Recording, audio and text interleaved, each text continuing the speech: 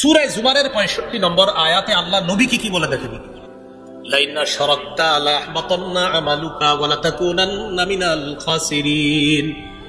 নবী, আপনি যদি শিরিক করেন আপনার সব আমল বরবাদ হয়ে যাবে।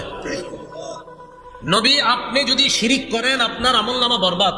কোন নবী শিরিক করবে এই কথা আমরা কল্পনা করতে পারি না, কিন্তু আল্লাহ ধমকটা কারে দিচ্ছে নবীকে, নবী আপনি শিরিক করেন আপনার আমল বরবাদ। আচ্ছা, নবীর মাধ্যমে তো আল্লাহ আমাদেরকে বুঝাইতেছে, দেখো উম্মত, একজন নবীরে আমি বললাম, ও নবী আপনি শিরিক করলে আমলনামা বরবাদ। কোন নবী? শ্রেষ্ঠ নবী আমাদের নবীকে বলতেছে আপনি শিরিক করলে আমল সব বরবাদ। তো আমার আপনার কি অবস্থা হবে? তো আমল করলেন 32 ওয়াক্ত নামাজ পড়ে, এমন এক কাজ করলেন সব শেষ হয়ে গেল। তো বলতে চাইলাম আমল নামা জমা করার পর এটা নষ্ট করে দিব না। সূরা মুহাম্মদের 33 নম্বর আয়াতে আল্লাহ বলেন, ইয়া আইয়ুহাল্লাযীনা আমানু আতিউল্লাহ ওয়া আতিউর রাসূলা ওয়া আতিউর রাসূলা ওয়া লা তুবতিলু আ'মালাকুম। হে ঈমানদারগণ, তোমরা আল্লাহর আনুগত্য করো, রাসূলুল্লাহ সাল্লাল্লাহু আলাইহি সাল্লামের আনুগত্য করো, আর তোমরা তোমাদের আমলগুলো নষ্ট করে দিও না, তোমরা তোমাদের আমলগুলো বাতিল করে দিও না। তাহলে কষ্ট করে আমল নামা জমা করলাম, এখন বুদ্ধিমানের কাজ হলো এই আমল নামাগুলো ধরে রাখা, আমলগুলা নষ্ট না করা। 10 বছর যাবত আমল করতেছে, এই আমলে কোনোদিন শিরিক করে নাই, কুফরি করে নাই, কিচ্ছু করে নাই। 10 বছর এই বেচারার কোনো কারণে তার অবস্থা ভালো হয় না, ব্যবসা করে লস খায়, বিদেশ যাইতে যাবে মাইর খায়, এরকম হতে পারে। এই ব্যক্তি 10 বছর পর একজনের কাছে সন্ধান পাইছে, অমুক জায়গায় একজন জ্যোতিষী আছে, জ্যোতিষীর কাছে যাও। এখন ওই ব্যক্তি বেচারা ওই জ্যোতিষীর কাছে গেছে, খুব মন দিয়ে শোনেন। জ্যোতিষীর কাছে যাওয়ার পর জ্যোতিষী তার হাত দেখতেছে, গণক তার হাত দেখে, তো হাতের মধ্যে আপনার অনেক দাগ। যারা দেখবেন খেতে খাবারে কাজ করে হাতে এমনি অনেক দাগ করে, হুদাই জ্যোতিষী বা হাতের দাগ তো আপনার যে পরিমাণ থাকা দরকার এর চেয়ে অনেক বেশি আছে, সমস্যা আছে মনে হয়, হুদাই মানে বলে দেয়। এই বেটার তো এমনি সমস্যা লাগে, হে আবার বললে কি এমনি সমস্যা হইতেছে। সাধারণত বলবে আর কি, দেখবেন সব গণকের জ্যোতিষীরা সাধারণত আপনারা বলবে আপনার সমস্যা, সমস্যা হয় না তার দুনিয়াতে, সমস্যা পরে না কোন মানুষ, তো সবাই পরে, যখন পড়বে 2 দিন পর বলবে হ্যাঁ উনি বলাতে না, উনি বলাতে না, আপনি পড়তেন এমনি পড়তেন, হে বলছে এই জন্য না। রাসূলুল্লাহ সাল্লাল্লাহু আলাইহি সাল্লাম যেটা বলছে এটা শুনে নেবেন, মান আতা আররাফা ফাসাদ্দাকাহু বিমা ইয়াকুল ফাকাদ কাফারা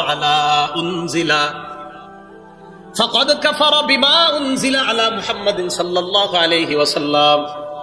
কোন ব্যক্তি যদি জ্যোতিষীর কাছে যায়, জ্যোতিষীর কথা বিশ্বাস করে, গণকের কথা বিশ্বাস করে, আল্লাহ নবী বলেন আমি নবীর উপর আল্লাহ যা নাজিল করেছেন এই লোকটা সব অস্বীকার করলো।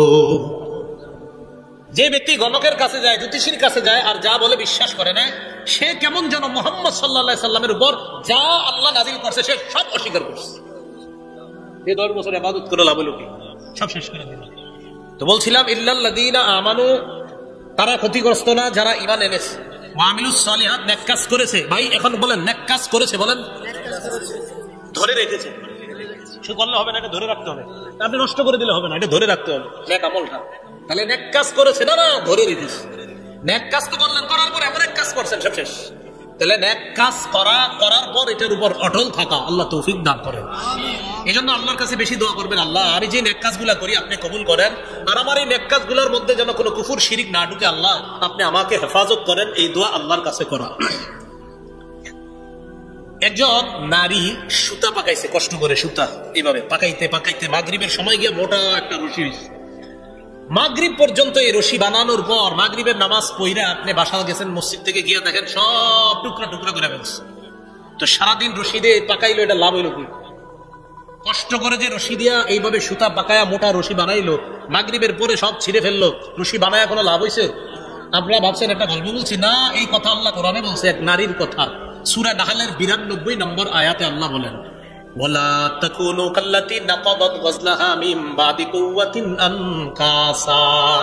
আল্লাহ বলেন তোমরা ওই নারীর মতো হয়ো না, যেই নারী পাকানো সুতা শক্তভাবে পাকানোর পর এটা আবার টুকরা টুকরা করে ফেলে, তোমরা তার মতো হয়ো না। মানে কষ্ট করে আমলনামা জমা করলা, আবার একটা শিরিকের মাধ্যমে সব শেষ করে দিলা, এমন তোমরা হবা না। ওই নারীর মতো হয়ো না, যে নারী কষ্ট করে সুতা দিয়ে রশি পাকাইলো, এরপর টুকরা টুকরা করে ছিঁড়ে ফেললো, তোমরা ওই নারীর মতো হয়ো না। মানে আমার বান্দা আমলনামা যা জমা করো এটা ধরে রাখো।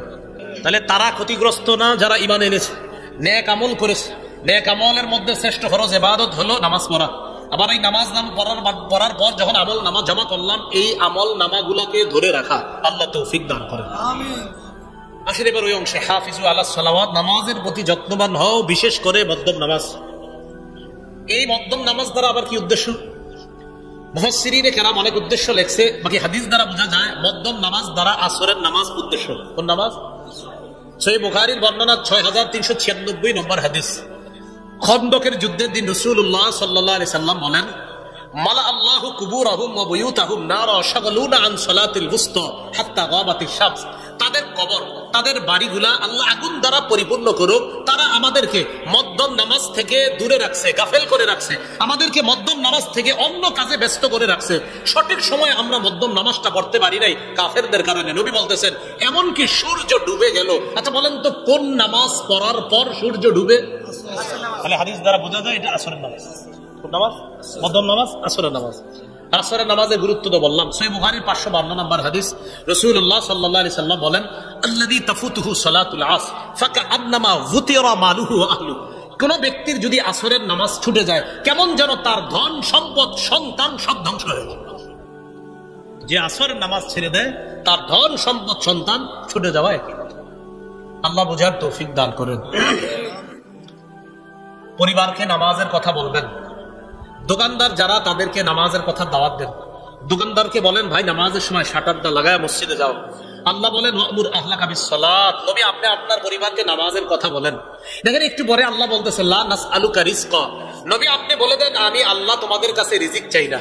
আচ্ছা নামাজের সাথে রিজিকের কি সম্পর্ক? নামাজের কথা আল্লাহ বললেন, পরে রিজিকের কথা, মানে কি? নামাজ আর রিজিকের সম্পর্কটা কোথায়? 5 জন কাস্টমার আসছে, দোকানদার এই দিক দিয়ে শাটার লাগাবে কিনা, ওই দিক দিয়ে একামত। একামত চলছে, দোকানদারের সামনে 3 জন কাস্টমার, এবার দোকানে শাটার লাগাবে কিনা চিন্তিত। নামাজে যাবো না কাস্টমার ছাড়বো? আল্লাহ কয় বান্দা নামাজে যাও, আমি তোমার থেকে রিজিক চাই না। নাহনু নারযুকুকা। আরে দোকানে শাটার লাগাও, আমি তো রিজিক দেই। রিজিক তো আমি দেই, তুমি শাটার লাগাও, যাও নামাজে যাও। তুমি মাস শেষে হিসাব করো, যে শাটার লাগায় নামাজে যায় নাই, আর তুমি নামাজে গিয়েছো, হিসাব মিলায় এদিক সেদিক দেখো, তুমি এগিয়ে আছো। দেখছেন নামাজের সাথে রিজিকের সম্পর্ক? আল্লাহ নামাজের আদেশ দেন, আমি তোমার কাছে রিজিক চাই না। আমি জানেন না এই আয়াতে টেনশনে পড়ছি, চিন্তিত হয়ে গেলাম। আচ্ছা রিজিকের সাথে নামাজের কি সম্পর্ক? তখন আল্লাহ বুঝ দিয়ে দিল, হ্যাঁ মানুষ রিজিকের চিন্তা অনেক সময় নামাজ পড়ে না। আরেকটু পরে যাচ্ছি, আরেকটু পরে যাচ্ছি, আরেকটু পরে যাচ্ছি। আরে কেন ভাই? কাস্টমার 2 জন কাস্টমার, আর 3 জন কাস্টমার, আরেকটু পরে যাচ্ছি। আল্লাহ কয় না না, তুমি নামাজ পড়ো, আমি তো রিজিক তোমাকে দিব। টেনশনে নামাজ পড়বা না, মানে কি ব্যাপার? আল্লাহ কথাগুলা বুঝার তৌফিক দান করেন। মনে রাখবেন, বৈধ পন্থায় হালাল রিজিক তালাশ করা, অবৈধ পন্থায় হালাল রিজিক তালাশ না করা। বৈধ পন্থায় হালাল রিজিক তালাশ করা। হালাল রিজিক তালাশ করা মানে আমি একজন মুসলমান, নামাজের সময় বাস নামাজ করি, ব্যবসার সময় বাস ব্যবসা করি, খালাস। আমার নামাজের সময় হয়েছে, শাটার লাগাই দিছি। আপনি মদিনায় যান, নামাজের সময় হবে, বাস যত কাস্টমারই থাকুক, কোনো কাজ হবে না। আল্লাহ আমাদের সকলকে নামাজের প্রতি যত্নবান হওয়ার তৌফিক দান করেন। আসেন, সময়ের শপথ, নিশ্চয়ই সব মানুষ ক্ষতিগ্রস্ত তারা না যারা ঈমান এনেছে, যারা নেক কাজ করেছে, আর ওয়াতাওয়াসাউ বিল হক, যারা একে অপরকে সত্যের ওসিয়ত করেছে, হকের ওসিয়ত করেছে। যারা একে অপরকে সত্যের ওসিয়ত করে, হকের ওসিয়ত করে, আর ধৈর্যের ওসিয়ত করে। কেন? হকের উপর থাকতে হলে ধৈর্যের প্রয়োজন হয়, তাই তারা ক্ষতিগ্রস্ত না। যারা ঈমান এনেছে, নেক কাজ করেছে, হকের ওসিয়ত করেছে, ধৈর্যের ব্যাপারে একে অপরকে ওসিয়ত করেছে, তারা ক্ষতিগ্রস্ত না। আল্লাহ আমাদের সকলকে ক্ষতিগ্রস্ত যারা, তাদের থেকে হেফাজত করে, যারা সফলকাম ঈমানদার, তাদের দলভুক্ত হওয়ার তৌফিক দান করেন। সূরা আসরের এই শিক্ষা যেন আমরা সমাজে, রাষ্ট্রে, সর্বত্র, সব জায়গায়, ঘরে বাহিরে, ব্যক্তি জীবনে, পারিবারিক জীবনে, সামাজিক জীবনে, রাষ্ট্র জীবনে, অর্থনৈতিক জীবনে, আন্তর্জাতিক জীবনে যেন আমরা বাস্তবায়ন করতে পারি। আল্লাহ তৌফিক দান করেন। খুব একটু সর্বশেষ, ব্যক্তি জীবন, পারিবারিক জীবন, সামাজিক জীবন, অর্থনৈতিক জীবন, রাষ্ট্রীয় জীবন, আন্তর্জাতিক জীবন, 6 জীবন। প্রথমত পারিবারিক জীবনে নামাজ কায়েম করবেন। 2 সামাজিক জীবন, আপনার সমাজে মানুষকে নামাজের দাওয়াত দিবেন। 3 রাষ্ট্রীয় জীবন, রাষ্ট্রের মানুষকে নামাজের দাওয়াত দিবেন। 4 আন্তর্জাতিক জীবন, এই আন্তর্জাতিক জীবনেও মানুষকে আপনি নামাজের দাওয়াত দিবেন। তো এই নামাজের দাওয়াতটা নিজে তো নামাজ পড়বেন, 2 নাম্বার পরিবারকে নামাজ পড়াবেন, 3 নাম্বার সমাজকে নামাজ পড়াবেন, 4 নাম্বার রাষ্ট্রের মানুষগুলোকে নামাজ পড়াবেন, 5 নাম্বার আপনি নামাজের দাওয়াত সারা পৃথিবীর মধ্যে দিবেন। সারা পৃথিবীর মধ্যে। তাহলে একজন ইমানদার তার ইমান আনার পরের যে কাজটা ইকামুস সালাত অর্থাৎ নামাজ কায়েম করা, এটার হক আদায় হবে। আল্লাহ পাক রব্বুল আলামিন আমাদের সকলকে ইমানের গুরুত্ব, ইমানের চাওয়া, ইমানের চাহিদা যেন আমরা বুঝতে পারি, আল্লাহ তৌফিক দান করেন।